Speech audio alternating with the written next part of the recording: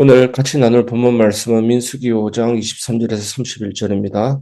제사장이 저주의 말을 두루마리에 써서 그 글자를 그 쓴 물에 빨아넣고 여인에게 그 저주가 되게 하는 쓴 물을 마시게 할지니 그 저주가 되게 하는 물이 그의 속에 들어가서 쓰리라.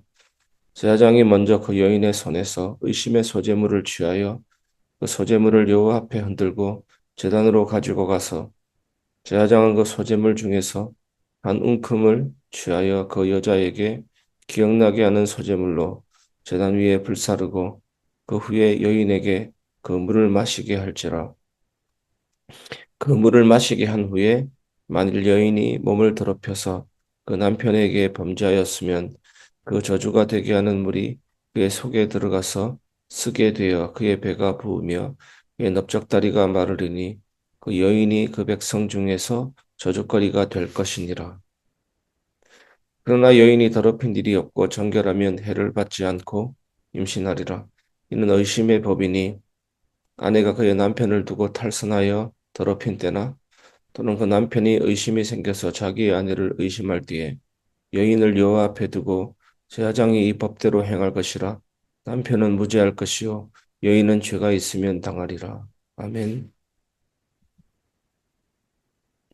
하나님 앞에서는 결국 드러나고 결국 살게 됩니다. 라는 제목으로 같이 말씀을 나누겠습니다.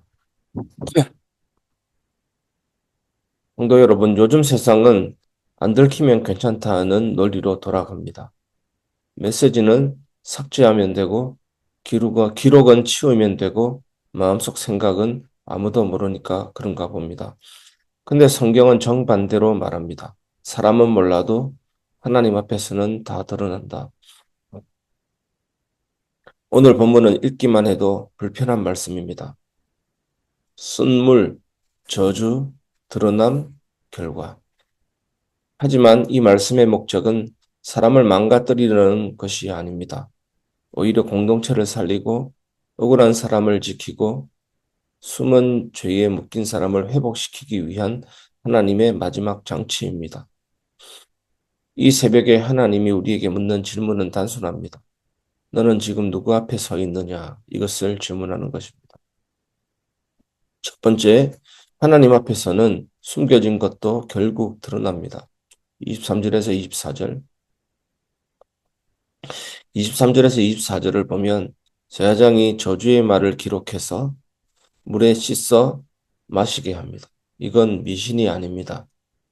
기록된 말씀이 사람의 몸과 삶 안으로 들어간다는 상징입니다. 히브리서 4장 12절에 보니까 이 말씀이 영과 육과 혼과 골수와 관절을 찔러 쪼개고 마음의 생각과 뜻도 감찰하고 만물이 그 앞에서 벌거벗은 듯이 드러난다라는 말씀이 있습니다.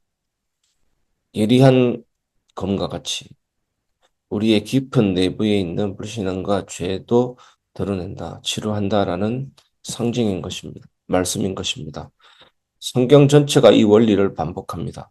예레미야는 바벨론에 대한 심판을 두루마리에 기록해 강에 던집니다.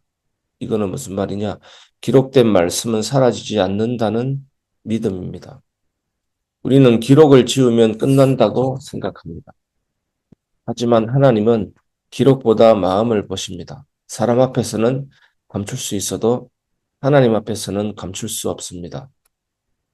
하나님 앞에서는 순간이나 중립이 없습니다. 드러나든지 정결함이 증명되든지 둘 중 하나입니다.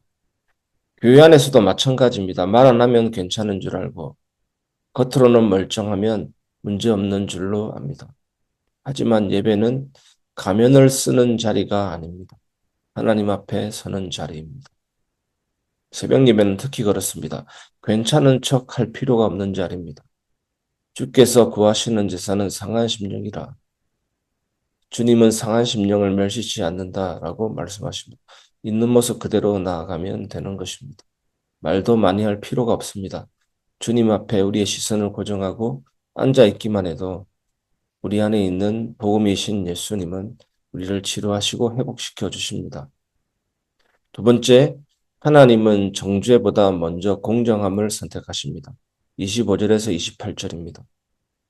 25절에서 26절을 보면 순서가 중요합니다. 물을 마시기 전에 소재물이 먼저 드려집니다. 이것이 핵심입니다. 하나님은 벌부터 내리지 않습니다. 먼저 예배를 받으시고 먼저 하나님 앞에 세우십니다. 그리고 28절이 중요합니다. 정결하면 해를 받지 않고 임신하리라. 이 제도는 여자를 함정에 빠뜨리는 장치가 아닙니다. 오히려 억울한 여인을 공개적으로 회복시키는 제도입니다. 사람의 의심은 여자를 죽이지만 하나님의 판단은 여자를 살립니다. 오늘식으로 말하면 이렇습니다. 소문으로 재판하지 않겠다. 분위기로 판단하지 않겠다. 하나님 앞에서 끝내겠다라는 뜻입니다. 교회가 가장 조심해야 될 것이 이것입니다. 의심으로 사람을 판단하지 말 것. 분위기로 낙인 찍지 말 것.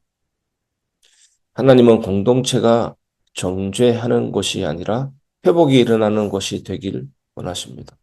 그래서 야고보서 5장 16절에 보면 너희가 서로 죄를 구하고 서로 병 낫기를 구하라. 의인의 간구는 역사하는 힘이 큼이니라. 바로 이곳이 교회입니다. 세 번째, 이 모든 과정의 목적은 관계 회복입니다. 29절에서 31절. 29절에서 30절은 이 제도의 목적을 요약합니다. 의심이 생겼을 때 하나님 앞에 데려오는. 그리고 31절이 결정적입니다. 남편은 무죄, 여인은 죄가 있으면 그 결과를 당한다. 이 말은 남편 편을 드는 말이 아닙니다. 의미는 이것입니다. 판결권은 하나님께 있다는 선언입니다. 사람이 처벌하지 않고 공동체가 매장하지 말고 하나님께 맡기라는 것입니다. 교회도 마찬가지입니다. 가정도 마찬가지입니다. 사람을 몰아붙이면 더 망가집니다. 하나님 앞에 같이 서야 회복이 됩니다. 하나님 앞에 선다는 말이 뭡니까? 하나님 말씀 앞에 선다는 말과 같습니다. 디모데전서 4장 5절 말씀 보면 말씀과 기도로 거룩하여짐이라. 성령 충만함은 곧 말씀 충만함이고 말씀 앞에 선다라는 것은 하나님 앞에 선다는 것과 똑같습니다. 그래서 말씀과 기도로 거룩하여짐이라. 우리가 하나님으로 충만하면 말씀 충만하고 말씀 충만하면 성령으로 충만합니다. 성령으로 충만하면 기도가 더 깊어지고 기도가 깊어지면 그 힘으로 성령으로 충만해지고 말씀으로 충만해지고 하나님 앞에 서게 됩니다. 온전히 거룩함으로 변화되게 되는 것입니다.